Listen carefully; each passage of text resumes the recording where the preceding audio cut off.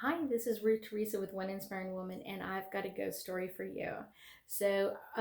Earlier this week, I was in Richmond, Texas, and I was close to the railroad tracks, and I got the opportunity to pick up a ghost. Now, that happens to me quite often, and it may happen to you, but this one's a really cool one.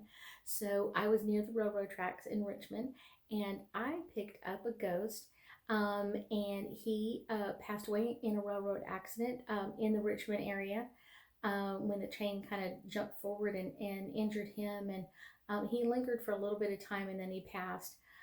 He says he was an old man. He was about 45 years old. He passed away in the early 1890s, I think 1891 or 1892. And he had a wife and four daughters. When he passed, all four daughters were married, and a couple of them were pregnant at the time. So he was really excited to be a grandpa, even though he didn't get to meet his grandchildren in life.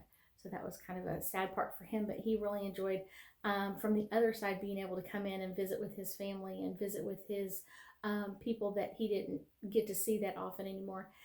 He was born in Missouri and traveled to Texas when he was a young man, probably early 8 years of age, like 18 or 19 years of age. And he got a job with the railroads. And he loved working for the Southern Pacific Rail Line. And he totally loved um, being able to see all the different parts of not just Texas, but other places as well.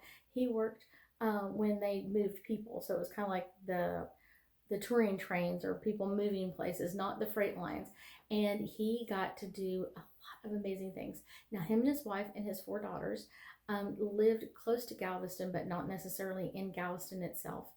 And he got to visit many different cities and towns, and even get sometimes like the railroad would put you up different places if the train wasn't ready to go back or that sort of thing. So he got the opportunity to really investigate Texas.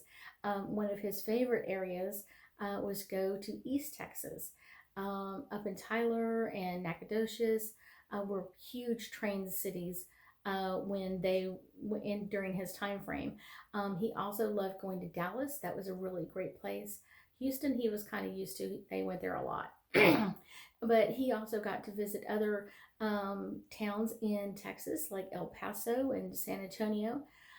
He loved going and visiting these towns and getting to visit and kind of really seeing the sights during that time frame. And so that's kind of what he's always been showing me, is like these pictures falling on top of each other, just one after another, after another, after another, of this great time that he had, the visits that he would meet, the people he would see, that sort of thing, and just kind of loved enjoying traveling a lot.